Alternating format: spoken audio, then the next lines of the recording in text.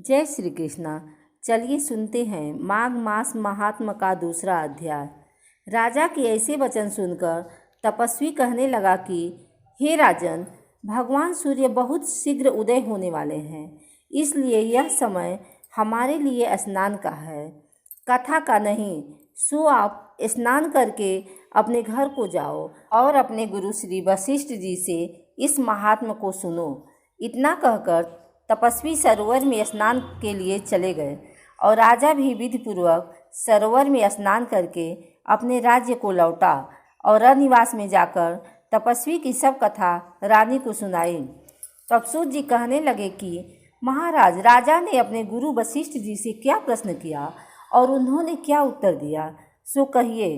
व्यास जी कहने लगे, हे सूत जी, राजा दिलीप ने रात्रि को सुख से सोकर प्रातः समय ही अपने गुरु वशिष्ठ जी के पास जाकर उनके चरणों को छूकर प्रणाम करके तपस्वी के बताए हुए प्रश्नों को अति नम्रता से पूछा कि गुरु जी, आपने आचार्य, दंड नीति, राज्य धर्म तथा चारों वर्णों के चारों आश्रमों की क्रियाओं, दान और उनके विधान, यज्ञ और उनकी विधियाँ, व्रत उनकी प्रतिष्ठा तथा भगवान विष्णु की आराधना अनेक प्रकार से तथा विस्तार पूर्वक मुझको बतलाई।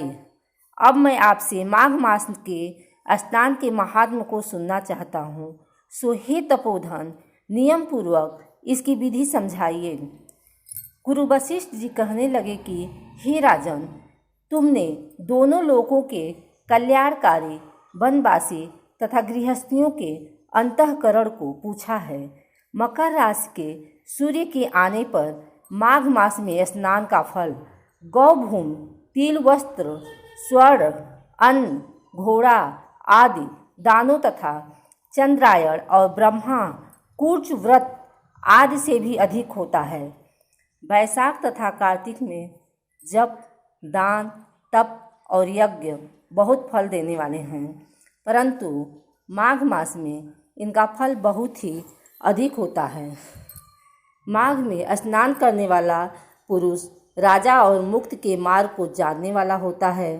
दिव्य दृष्टि वाले महात्माओं ने कहा है कि जो मनुष्य माघ मास में सकाम या भगवान के निमित्त नियम पूर्वक माघ मास में स्नान करता है, वह अनंत फल वाला होता है। उसको शरीर की शुद्धि, प्रीति, ऐश्वर्य तथा चारों प्रकार के फलों की प्राप्ति होती है। अदिति ने 12 वर्ष तक मकर संक्रांति में अन्न त्याग कर स्नान किया। इससे तीनों लोकों को उज्जवल करने वाले 12 पुत्र उत्पन्न हुए। माघ में स्नान करने से ही रोहिणी, सुभगा, अरुंधति दानशीलता हुई और इंद्राणी के समान रूपवती होकर प्रसिद्ध हुई। जो माघ मास में स्नान करते हैं तथा देवताओं के पूजन में तत्पर रहते हैं, उनको सुंदर स्थान, हाथी और घोड़ों की सवारी तथा दान को द्रव्य प्राप्त होता है। अतिथियों से उनका घर भरा रहता है और उनके घर में सदा वेद ध्वनि होती रहती है। वह मनुष्य धन्य है जो माघ मास में स्नान करते हैं, दान देते हैं तथा व्रत और नियमों का पालन करते हैं। और दूसरों की पुण्यों की छीड़ होने से मनुष्य स्वर्ग से वापिस आ जाता है, परंतु जो मनुष्य माघ मास में स्नान करता है, वह कभी स्वर्ग से वापिस नहीं आता।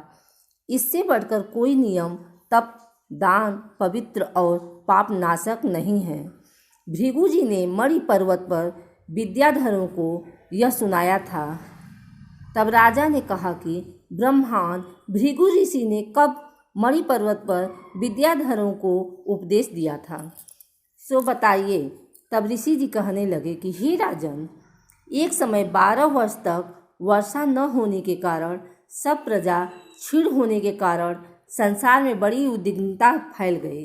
हिमाचल और विंध्याचल पर्वत के मध्य का देश निर्जन होने के कारण श्राद्ध, तप तथा स्वाध्याय सब कुछ छूट गए।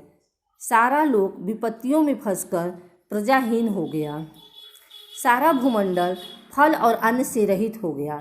तब विंध्याचल से नीचे बहती हुई नदी के सुंदर वृक्षों से आच्छादित अपने आश्रम से निकलकर श्री भृगु ऋषि अपने शिष्यों सहित हिमालय पर्वत पर गए।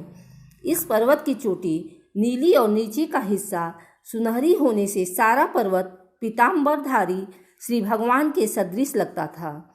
पर्वत के बीच का भाग नीला और बीच बीच में कहीं कहीं सफ़ेद स्फटिक होने से तारों से युक्त आकाश जैसी शोभा को प्राप्त होता था। रात्रि के समय वह पर्वत दीपकों की तरह चमकती हुई दिव्य औषधियों से पूरी किसी महल की शोभा को प्राप्त होता था। वह पर्वत शिखाओं पर बांसुरी बजाती और सुंदर गीत गाती हुई किन्नरियों तथा केले के पत्तों की पताकाओं से अत्यंत शोभा को प्राप्त हो रहा था। यह पर्वत नीलम, पन्ना, पुखराज तथा इसकी चोटी से निकलती हुई रंग बिरंगी कीड़ों से इंद्रधनुष के समान प्रतीत होता था। स्वर्ण आदि सब धातुओं से तथा चमकते हुए रत्नों से चारों ओर फैली हुई अग्नि ज्वाला के समान शोभायमान था। इसकी कंदराओं में काम पीड़ित विद्याधरी अपने पतियों के साथ आकर रमण करती हैं और गुफाओं में ऐसे ऋषि मुनि जिन्होंने संसार के सब क्लेशों को जीत लिया है, रात दिन ब्रह्मा का ध्यान करते हैं और कई एक हाथ में रुद्राक्ष की माला लिए हुए शिव की आराधना में लगे हुए हैं। पर्वत के नीचे भागों में जंगली हाथी अपने बच्चों के साथ खेल रहे हैं तथा कस्तूरी वाले रंग बिरंगे मृगों के झुंड इधर उधर भाग रहे हैं। यह पर्वत सदा राजहंस तथा मोरों से भरा रहता है, इसी कारण इसको हेमकुंड कहते हैं। यहाँ पर सदैव ही देवता, गुहा और अप्सरा निवास करते हैं।